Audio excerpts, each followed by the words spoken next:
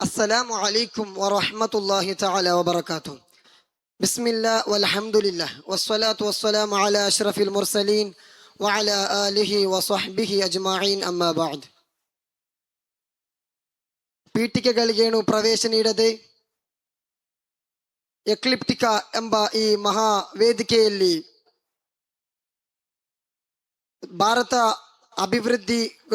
ಭಾರತ ಜನರನ್ನು ಮುಟ್ಟದ ಅಭಿವೃದ್ಧಿ ಪರಿಕಲ್ಪನೆಗಳು ಎಂಬ ವಿಷಯದ ಕುರಿತು ಮಾತನಾಡುತ್ತಿದ್ದೇನೆ.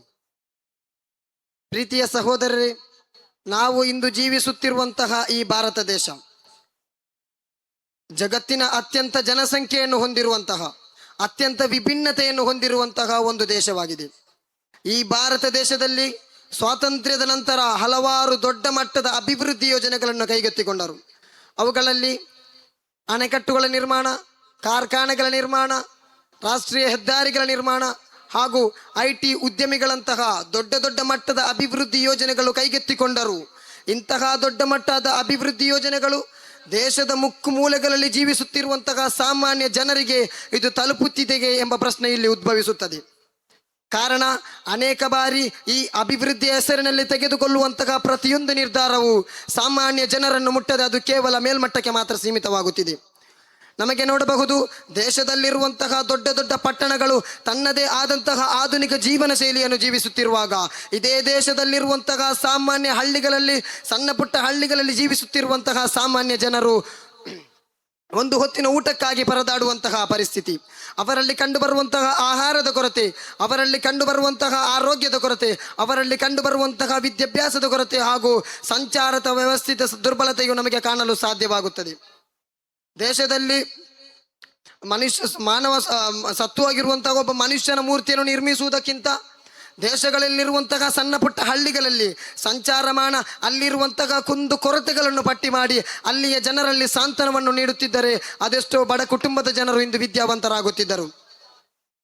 ನಮ್ಮ ದೇಶದ ಉತ್ತರ ಭಾಗಕ್ಕೆ ಕಣ್ಣಾಯಿಸಿ ನೋಡಿದರೆ ನಮಗೆ ಕಾಣಬಹುದು, ದೇಶದಲ್ಲಿರುವಂತಹ ಅದೇ ಉತ್ತರ ಭಾಗದಲ್ಲಿರುವಂತಹ 5-6 ವರ್ಷದ ಪುಟಾಣಿ ಮಕ್ಕಳು ತನ್ನ ತಂದೆ ತಾಯಿಯರೊಂದಿಗೆ ಕೂಲಿ ಕೆಲಸಕ್ಕೆ ಹೋಗುವಂತಹ ಪರಿಸ್ಥಿತಿ.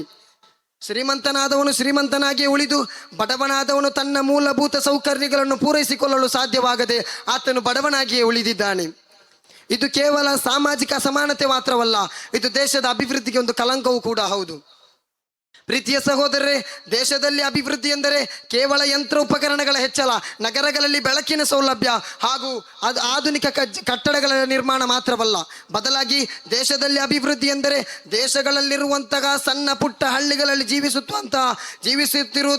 ಜೀವಿಸುತ್ತಿರುವಂತಹ ಸಾಮಾನ್ಯ ಜನರ ಜೀವನದಲ್ಲಿ ಸುಸ್ಥಿರ ಬದಲಾವಣೆ, ಅವರಿಗೆ ಬೇಕಾದಂತಹ ಭದ್ರತೆಗಳು ಹಾಗೂ ಅವರಲ್ಲಿ ಆತ್ಮವಿಶ್ವಾಸವನ್ನು ಉಂಟು ಮಾಡುವುದಾಗಿದೆ ದೇಶದಲ್ಲಿ ಅಭಿವೃದ್ಧಿ ಎಂದರೆ. ನಮಗೆ ನೋಡಬಹುದು, ಕರ್ನಾಟಕ ರಾಜ್ಯದ ಕಾಂಗ್ರೆಸ್ ಸರ್ಕಾರವು ಕಳೆದ ಬಾರಿ ತಮ್ಮ ಪಕ್ಷವಾಗಬೇಕು ಎಂಬ ನಿಟ್ಟಿನಲ್ಲಿ ರಾಜ್ಯದಲ್ಲಿರುವಂತಹ ಪ್ರತಿಯೊಂದು ನಿರುದ್ಯೋಗಿ ವಿದ್ಯಾವಂತರಿಗೆ ನಿರುದ್ಯೋಗಿ ದೈತ್ಯೆಯನ್ನು ಪೂರ್ಣಗೊಳಿಸಿ ಯಶಸ್ವಿಯಾಗಿ ನಡೆಸಿದರು. ಮಾತ್ರವಲ್ಲ, ಮಹಿಳಾ ಸಬಲೀಕರಣಕ್ಕೆ ಬೇಕಾಗಿ ಮಹಿಳೆಯರಿಗೆ ಗೃಹಲಕ್ಷ್ಮಿ ಎಂಬ ಪದ್ಧತಿಯನ್ನು ತಂದು, ಮಹಿಳೆಯರಿಗೆ ಗೃಹಲಕ್ಷ್ಮಿ ಎಂಬ ಯೋಜನೆಗಳನ್ನು ತಂದು ಮಹಿಳೆಯರಲ್ಲಿ ಸಾಂತ್ವನವನ್ನು ನೀಡಿದರು. ಇಂತಹ ಅಭಿವೃದ್ಧಿ ಯೋಜನೆಗಳು ಇಂದು ನಮ್ಮ ದೇಶದಲ್ಲಿ ನೀಡುತ್ತಿದ್ದರೆ ನಮ್ಮ ದೇಶ ಎಂದಿಗೂ ಅಭಿವೃದ್ಧಿಯಾಗುತ್ತಿತ್ತು. ಮಾತ್ರವಲ್ಲ, ಮಹಿಳೆಯರು ಎಂದಿಗೂ ದುರ್ಬಲರಾಗುತ್ತಿರಲಿಲ್ಲ. ನಮ್ಮ ಈ ಭಾರತ ದೇಶ ಅಭಿವೃದ್ಧಿಯಾಗದ ಕ್ಷೇತ್ರಗಳಲ್ಲೊಂದಾಗಿದೆ ಕ್ರೀಡಾ ಕ್ಷೇತ್ರ ಎಂಬುದು. ನಮಗೆ ನೋಡಬಹುದು, 4 ವರ್ಷಕ್ಕೊಮ್ಮೆ ನಡೆಸಿಕೊಂಡು ಬರುವಂತಹ ಒಲಿಂಪಿಕ್ ಕ್ರೀಡಾಕೂಟಕ್ಕೆ ಕಳೆದ ಬಾರಿ ಭಾರತದಿಂದ ಆಯ್ಕೆಯಾಗಿರುವುದು ಕೇವಲ 110 ಕ್ರೀಡಾಪಟುಗಳು ಮಾತ್ರ. 146 ಕೋಟಿ ಜನಸಂಖ್ಯೆಯನ್ನು ಹೊಂದಿರುವಂತಹ ಈ ಭಾರತ ದೇಶದಲ್ಲಿ ಕಳೆದ ಬಾರಿ ಕೇವಲ ಆಯ್ಕೆಯಾಗಿರುವುದು 110 ಕ್ರೀಡಾಪಟುಗಳು ಮಾತ್ರ. ಹಲವಾರು ರೀತಿಯ ವಿಭಿನ್ನತ ರೀತಿಯ ಕ್ರೀಡೆಯಲ್ಲಿ ನೈಪುಣ್ಯತೆ ಹೊಂದಿರುವಂತಹ ಕ್ರೀಡಾಪಟುಗಳು ನಮ್ಮ ದೇಶದಲ್ಲಿದ್ದಾರೆ. ಆದರೆ ಅವರಿಗೆ ಬೇಕಾಗುವಂತಹ ಸವಲತ್ತುಗಳನ್ನು ವಹಿಸಿಕೊಳ್ಳಲು ಭಾರತ ಸರ್ಕಾರವು ಸಾಧ್ಯವಾಗದೆ ಹಿಂದೆ ಸರಿಯುವಾಗ ಇಂತಹ ಕ್ರೀಡಾಪಟುಗಳನ್ನು ಆಯ್ಕೆ ಮಾಡಿ ಅವರಿಗೆ ಬೇಕಾಗುವಂತಹ ಸವಲತ್ತುಗಳನ್ನು ನೀಡಿ ಅವರನ್ನು ಉನ್ನತಕ್ಕೆ ಏರಿಸಬೇಕು ಎಂಬುದು ಇಂದು ಭಾರತ ಸರ್ಕಾರಕ್ಕೆ ಬಹಳ ದೊಡ್ಡ ಸವಾಲಾಗಿದೆ. ನಮಗೆ ನೋಡಬಹುದು, ಒಂದು ದೇಶ ಅಭಿವೃದ್ಧಿಯಾಗಬೇಕು ಎಂಬುದಾದರೆ ಆ ದೇಶದಲ್ಲಿರುವಂತಹ ಆಡಳಿತಾಧಿಕಾರಿಯು ಬುದ್ಧಿವಂತನಾಗಿರಬೇಕು. ಇಂದು ಭಾರತ ದೇಶದಲ್ಲಿರುವಂತಹ ಕ್ರೀಡಾಪಟುಗಳನ್ನು ಆಯ್ಕೆ ಮಾಡುವಾಗ ಅದೆಷ್ಟೋ ಲಕ್ಷಾಂತರ ರೂಪಾಯಿಗಳನ್ನು ಲಂಚವನ್ನು ಪಡೆದುಕೊಳ್ಳುವಂತಹ ಅಧಿಕಾರಿಗಳು, ಇಂತಹ ಅಧಿಕಾರಿಗಳಿಗೆ ಅಧಿಕಾರ ಪದವಿಯನ್ನು ನೀಡದೆ ಪ್ರಾಮಾಣಿಕವಾಗಿ ಕೆಲಸ ಮಾಡುವಂತಹ ಅಧಿಕಾರಿಗಳನ್ನು ನಮ್ಮ ಈ ದೇಶದಲ್ಲಿ ಅಳವಡಿಸಬೇಕು. ನಮಗೆ ನೋಡಬಹುದು, ಕಳೆದ ಬಾರಿ ರೆಸ್ಲಿಂಗ್ ಫೆಡರೇಷನ್ ಇದರ ಅಧ್ಯಕ್ಷರಾದಂತಹ ಬ್ರಿಜ್ ಭೂಷಣ್ ಅವರ ಮೇಲೆ ಕ್ರೀಡಾಪಟುಗಳು ಅತ್ಯಾಚಾರವನ್ನು ಹೊರಿಸಿದಾಗ ಇದರ ವಿಷಯದಲ್ಲಿ ಭಾರತ ಸರ್ಕಾರವು ಎಚ್ಚೆತ್ತುಕೊಳ್ಳದೇ ಇರುವಾಗ ಇದರ ಪರಿಣಾಮವಾಗಿ ಅದೆಷ್ಟೋ ಕ್ರೀಡಾಪಟುಗಳು ತಮ್ಮ ಒಲಿಂಪಿಕ್ ಕ್ರೀಡಾಕೂಟಕ್ಕೆ ರಾಜೀನಾಮೆ ನೀಡಿದರು.